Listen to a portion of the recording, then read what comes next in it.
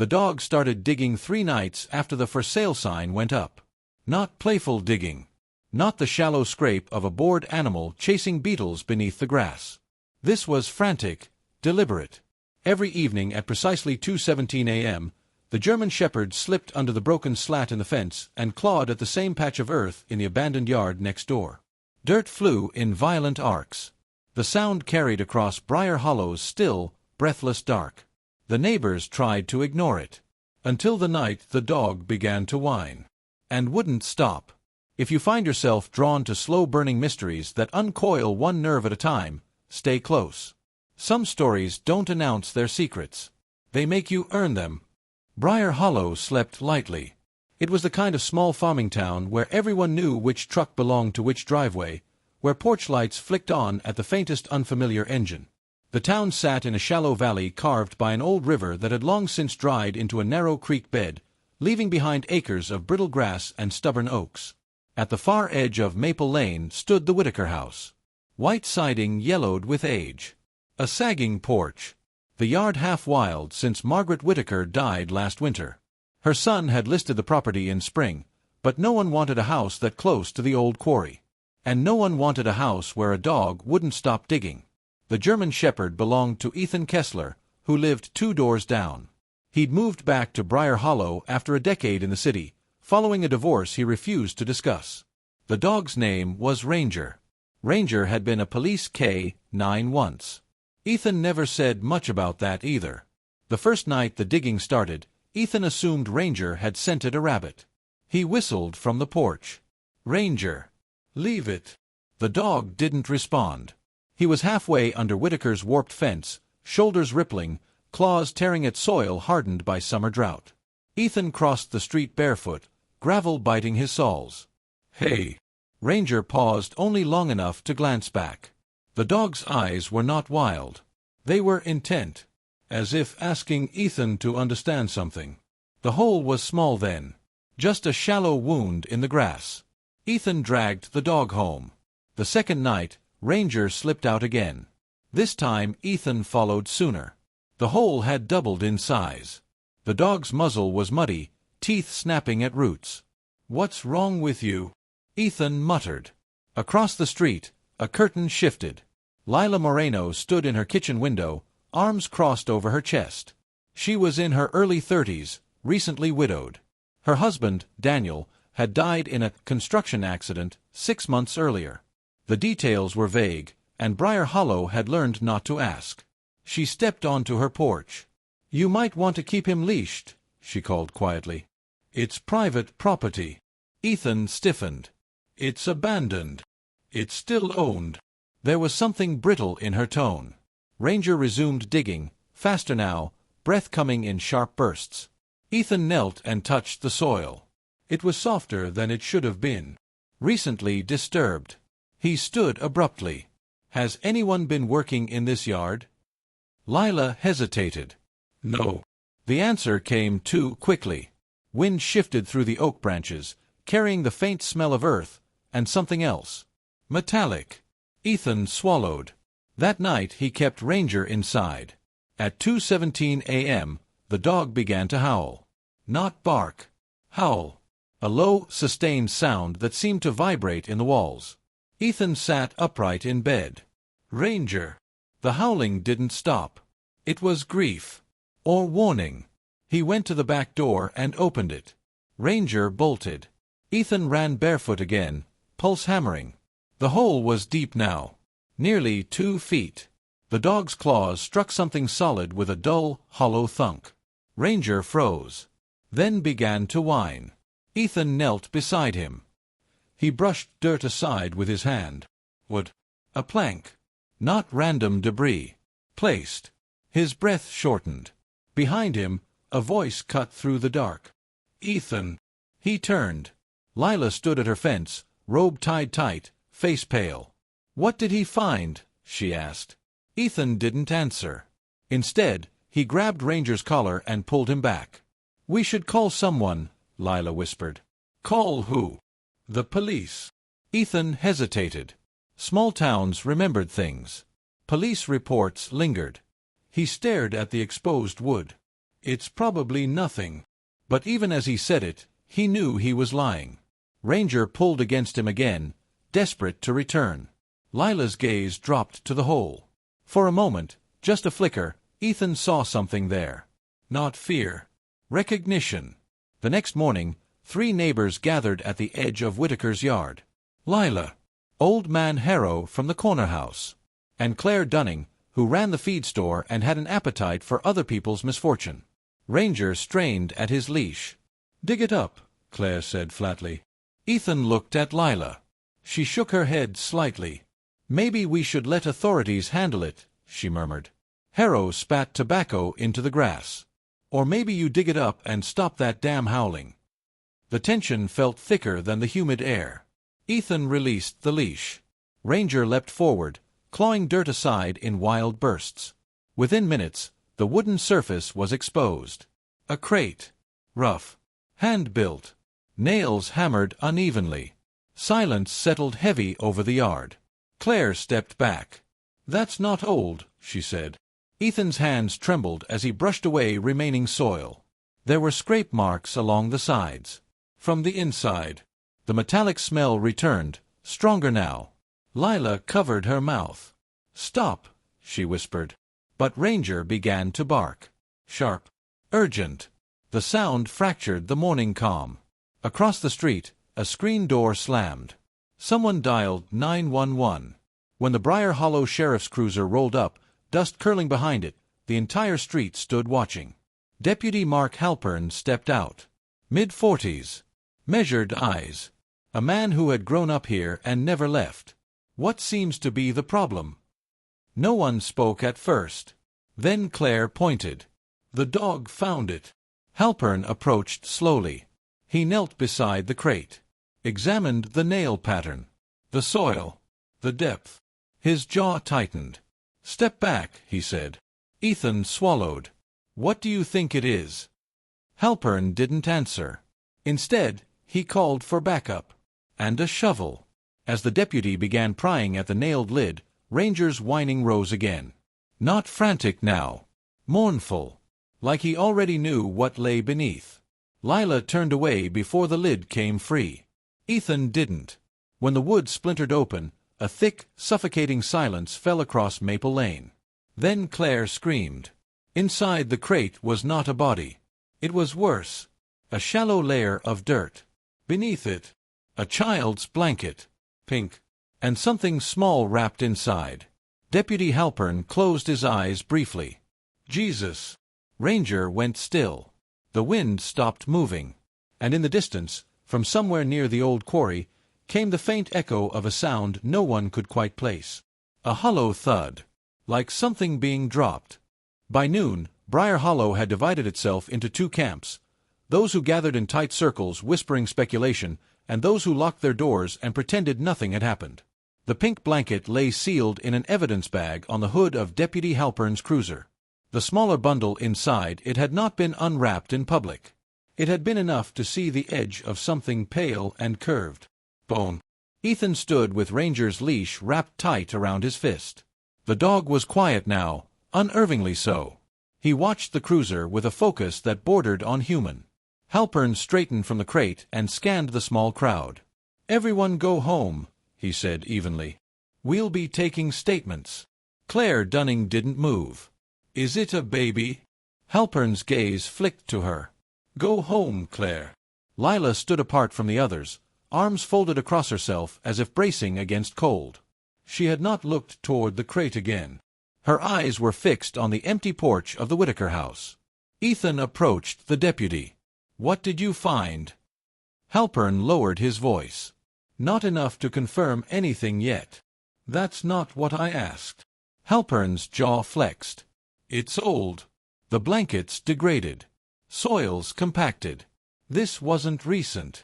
Ethan exhaled, a strange relief mingling with dread. "So whoever put it there could be long gone." Lila's voice cut in, brittle. "Margaret Whitaker didn't have children." The 3 of them turned toward her. "She lived alone for 20 years, Lila continued. "Everyone knows that." Halpern studied her carefully. "You were close." "No. Too quick again. Ranger's ears twitched. Halpern gestured to the house. We'll need access. Ethan hesitated. The son lives in Boise. We'll get a warrant if necessary. A second cruiser arrived. Then a county coroner's van. The illusion of Briar Hollow's quiet anonymity fractured under flashing lights. Later that evening, the street emptied under an oppressive silence. Ethan sat on his porch steps, Ranger's head resting against his knee. He scratched behind the dog's ears absently. "You knew," he murmured. Ranger didn't move. Across the street, Lila's porch light clicked on. She stood in the doorway for several seconds before crossing toward him. "You shouldn't let him wander," she said softly. He wasn't wandering. She ignored that. "The town's already talking." "About what?" She hesitated. "About Daniel." Ethan's stomach tightened. "What about him?" "People remember things when something like this happens."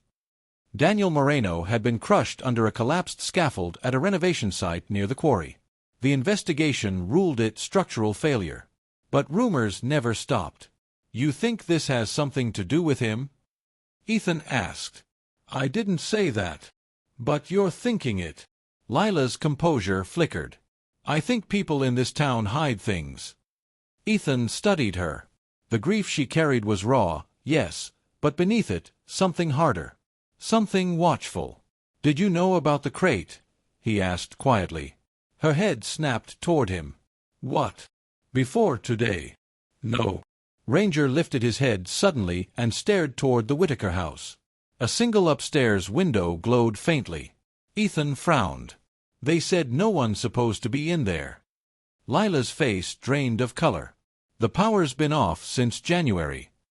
The light flickered, then went dark. Inside the Whitaker house, Deputy Halpern moved cautiously through the stale air. Dust coated every surface. The smell of old wood and something faintly chemical hung in the hallway. The upstairs bedroom at the back of the house showed signs of disturbance. A window cracked open. Fresh footprints in the dust. Halpern crouched beside them. Size 9. Boot tread. Recent. He radioed dispatch. "Secure the perimeter." Downstairs, a floorboard creaked. Halpern's pulse sharpened. "Sheriff's Department," he called. Silence. Then the faint sound of the back door easing shut. By the time he reached it, the yard was empty. Only a thin trail of disturbed grass leading toward the tree line.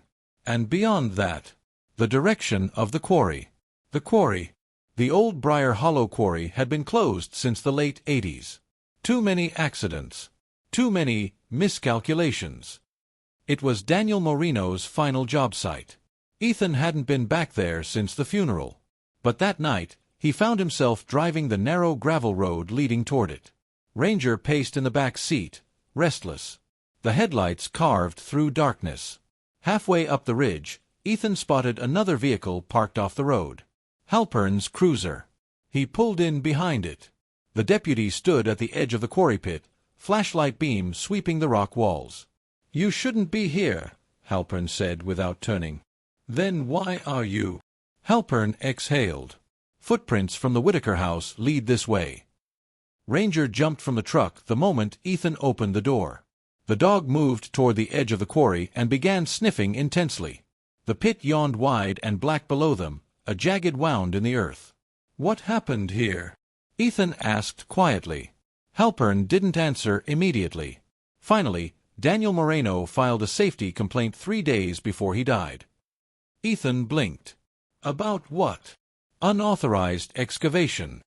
A chill crept along Ethan's spine. "Excavation of what?" Halpern shone the light downward. At the far edge of the pit, barely visible, fresh dirt. A small mound. Ranger began to bark. Sharp. Fierce. Halpern swore under his breath. "Stay here." He started down the narrow service path carved into the rock. Ethan followed despite the order. The air grew colder as they descended. Closer to the mound, the smell returned. Metallic. Halpern crouched and pressed his fingers into the soil. Loose. Recently turned. He looked at Ethan. Then began digging. It didn't take long. A few inches down, the shovel struck plastic. Heavy-duty sheeting. Wrapped tight. Halpern's expression hardened. "Call this in," he muttered. Ethan's throat felt dry. "Is it?" "Yes." When they pulled back the plastic, the beam of the flashlight revealed fabric first. Denim. Then a hand. Bloated from early decomposition. Ranger's barking stopped abruptly. The wind shifted, and Ethan recognized the leather bracelet around the wrist. He had seen it at the funeral. A gift from Lila. "Daniel," Ethan whispered. Halpern closed his eyes briefly. The scaffold collapse didn't kill him. Ethan staggered back a step. "But he was cremated," he said hoarsely. "I was there." Halpern's gaze sharpened. "No," he said slowly. "You were at a closed casket." The implication landed heavy. Someone had buried Daniel Moreno here. After staging an accident. After faking a cremation. The quarry seemed to inhale around them. From the ridge above, a rock dislodged. Both men looked up. A silhouette stood against the faint starlight. Watching. Then vanished. Back in town. Police lights returned to Maple Lane before dawn. Lila opened her door to find Deputy Halpern standing there. His face was unreadable. "We need to talk." Her eyes flicked to the cruiser behind him. "To me? Why?" "Because Daniel Moreno wasn't killed in a construction accident." She didn't react at first. Then her knees buckled slightly against the doorframe. "That's not possible. We found him." The silence between them felt suffocating. "Where?" she asked. "The quarry." Her breath caught. "That's where he said he was going the night he died," she whispered. Halpern watched her carefully. "Who else knew he was going?" "No one." "Did he ever mention the Whitaker property?" Her gaze shifted, just slightly. "I don't think so." Ranger began barking down the street. Ethan stood on his porch, staring. Watching. Lila met his eyes across the distance. For the first time since this began, Ethan saw something break through her composure. Not grief. Not fear. Guilt. Halpern followed her line of sight. "You too close?" he asked. Lila swallowed. "We're neighbors." "Were you at the quarry that night?" "No." "Can anyone confirm that?" Silence. Halpern nodded slowly. "We'll need you to come down to the station." As he guided her toward the cruiser, she turned once more toward Ethan. Her expression unreadable. Ranger's low growl vibrated through the quiet street. Interrogation room, Briar Hollow Sheriff's Office. The fluorescent light hummed softly overhead. Lila sat with her hands folded tightly in her lap. Halpern slid a photograph across the table. Daniel's body. Partially exposed. Her eyes filled instantly. "You loved him?" Halpern asked gently. "Yes." "Did he love you?" The question lingered. "He tried." Halpern leaned back. "Daniel filed a complaint about illegal excavation. The Whitaker property sits above an old mining shaft connected to the quarry. Someone's been using it." "For what?" "That's what we're figuring out." Lila's composure began to fracture. "He said he found something," she whispered. "What?" "He wouldn't tell me." "Why not?" "He said it was safer." Halpern studied her. "And was it?" A tear slipped down her cheek. "No." He leaned forward. "Lila, did Daniel put that crate in Whitaker's yard?" Her head jerked up. "What?" "The one your neighbor's dog found." "I didn't know about any crate." "But you knew about something." Her silence was answer enough. Halpern's voice softened. "What was he protecting?" Lila closed her eyes. When she opened them, they held a quiet resolve. "He told me if anything happened to him, to dig." Halpern froze. "Dig where?" She met his gaze steadily. "The yard." The room seemed to tilt. "Why didn't you?" "I was afraid." "Of who?" She didn't answer. Halpern slid a second photograph across the table. A close-up of the crate's contents. Not just bone. Not just blanket. A small, tarnished pendant. With initials engraved. DM. Lila's breath left her in a broken sound. That's Daniel's, she whispered. Halpern felt the pieces shift violently out of place. Why would Daniel's pendant be buried with that? Lila shook her head, trembling now. He said he found something they didn't want anyone to see. Who's they? She looked toward the one-way mirror. And for the first time, she didn't look afraid. She looked betrayed. Ask Ethan. The accusation lingered in the interrogation room long after Lila said it. Ask Ethan. Deputy Mark Halpern did not react immediately. He had learned, over the years, that the most dangerous moments in an investigation were not the loud ones. Not the shouts or denials. It was the quiet pivots, when the narrative shifted without warning. He studied Lila's face. You're saying Ethan Kessler is involved.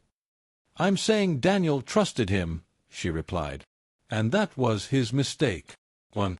Maple Lane felt smaller now. Constricted. Halpern parked across from Ethan's house just after sunrise. The sky hung low and colorless, pressing down on Briar Hollow like a held breath. Ranger was in the yard, watching. The dog did not bark when Halpern stepped out of his cruiser. He simply stood, ears forward, posture rigid. Ethan emerged from the house seconds later, as if he had been waiting. You found something else, Ethan said. It wasn't a question. Halpern walked up the driveway slowly. Where were you the night Daniel Moreno died? Ethan didn't flinch. At home. Anyone confirm that? No. Halpern nodded once. Lila says Daniel confided in you. Ethan's jaw tightened. She also says Daniel found something at the quarry. Silence. Ranger shifted closer to Ethan's side. Halpern's gaze dropped briefly to the dog. You were a canine handler in the city. Yes. You and Ranger worked narcotics. Ethan's eyes sharpened. You checked my file. I did. Then you know I left voluntarily. After an internal investigation.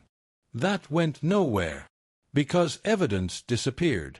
The words hung between them. Ethan exhaled slowly. You think I'm dirty. I think you're hiding something. A flicker, not fear, but calculation, crossed Ethan's face. Come inside, he said. Phew. The interior of Ethan's house was sparse. Functional. Unsettled. Boxes still half unpacked in corners. On the dining table sat a manila folder.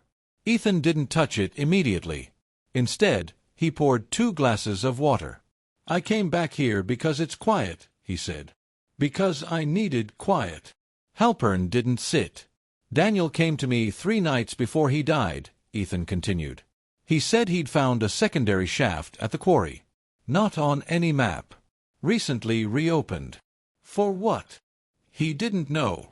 But he said there were crates being moved at night. Halpern felt a cold thread tighten through his chest. What kind of crates? Ethan's eyes flicked briefly, involuntarily, toward the folder on the table. The same kind buried in Whitaker's yard. Halpern stepped closer. You saw them. I saw one. And... Ethan's voice lowered. It wasn't drugs. The silence that followed felt like standing at the edge of something vast and unseen. What was it? Halpern asked. Ethan hesitated. Then he opened the folder. Inside were photographs. Printed. Grainy. Taken at night from a distance. Halpern leaned forward. In the first image, a pickup truck idled near the quarry ridge. In the second, 2 men lifted a crate from the truck bed. In the third, the lid had shifted slightly during movement. Enough to reveal what was inside. Small shapes. Wrapped. Unmistakably human. Halpern's pulse thudded in his ears. Where did you get these? Daniel gave them to me, Ethan said. And you didn't go to the police? Ethan's mouth curved bitterly. Which police? The implication landed hard. Briar Hollow's sheriff's department was small, underfunded, and deeply entangled in local politics. You're accusing me now? Halpern said quietly. Ethan met his gaze evenly. I'm saying Daniel didn't trust this town. Halpern straightened. So what was your plan? To get proof? To go federal? And instead he ended up dead. The weight of that truth settled heavily between them. And the pendant? Halpern asked. Why was Daniel's pendant buried with the crate? Ethan's expression shifted, something raw surfacing. Because he tried to take one. Halpern stilled. Take one what? A body. 3. The explanation came in fragments. Daniel had returned to the quarry alone after showing Ethan the photos. He believed if he could recover one of the bodies and expose what was happening, whoever was responsible would be forced into the light. He hadn't anticipated being followed. They caught him, Ethan said quietly. There were 3 of them. You saw this? No. But you know. Ethan's jaw clenched. He called me. Halpern felt the air thin. He called you? Yes. While he was being... He was scared, Ethan interrupted. He said they found him. That he'd messed up. Who are they? Ethan didn't answer immediately. Instead, he looked directly at Halpern. You ever wonder why the quarry reopened sections without permits? Halpern's stomach dropped. That requires county approval, he said slowly. Yes. The understanding dawned with sickening clarity. County approval. Signed by the sheriff. Sheriff Alton Briggs had held office in Briar Hollow for 18 years. Halpern's superior. His mentor. The man who'd attended his wedding. That's a serious accusation, Halpern said. It's the only one that fits. For Sheriff Briggs' office smelled faintly of cigar smoke and furniture polish. He looked up calmly as Halpern entered. You look tired, Mark. Halpern closed the door behind him. We found Daniel Moreno. Briggs' expression did not change. That's so. In the quarry. A beat. Terrible shame. It wasn't an accident. Briggs leaned back in his chair. You certain? Halpern placed the photographs on the desk. One by one. Briggs studied them. Longer than necessary. Then he sighed. You should have brought this to me sooner. I'm bringing it to you now. Briggs' gaze lifted slowly. You've always been a good deputy. The shift in tone made Halpern's skin prickle. But you don't understand how things work, Briggs continued. That quarry's been useful. For what? Disposal. The word hit like a physical blow. Of who? Halpern demanded. Briggs didn't flinch. People who fall through cracks. No next of kin. No paperwork anyone will miss. Halpern felt nausea rise. That's murder. That's management. The room seemed to tilt. And the Whitaker yard? Halpern asked. Margaret was cooperative. Until she wasn't. Ice spread through Halpern's veins. You killed her too. She got sentimental. The calmness in Briggs' voice was more horrifying than rage could have been. Daniel stumbled into something beyond him, Briggs said. He forced our hand. And Lila. Briggs' gaze sharpened. She knows nothing. Halpern thought of the interrogation room. Of Lila's steady eyes. She suspected, Briggs corrected. That's why we needed the crate moved.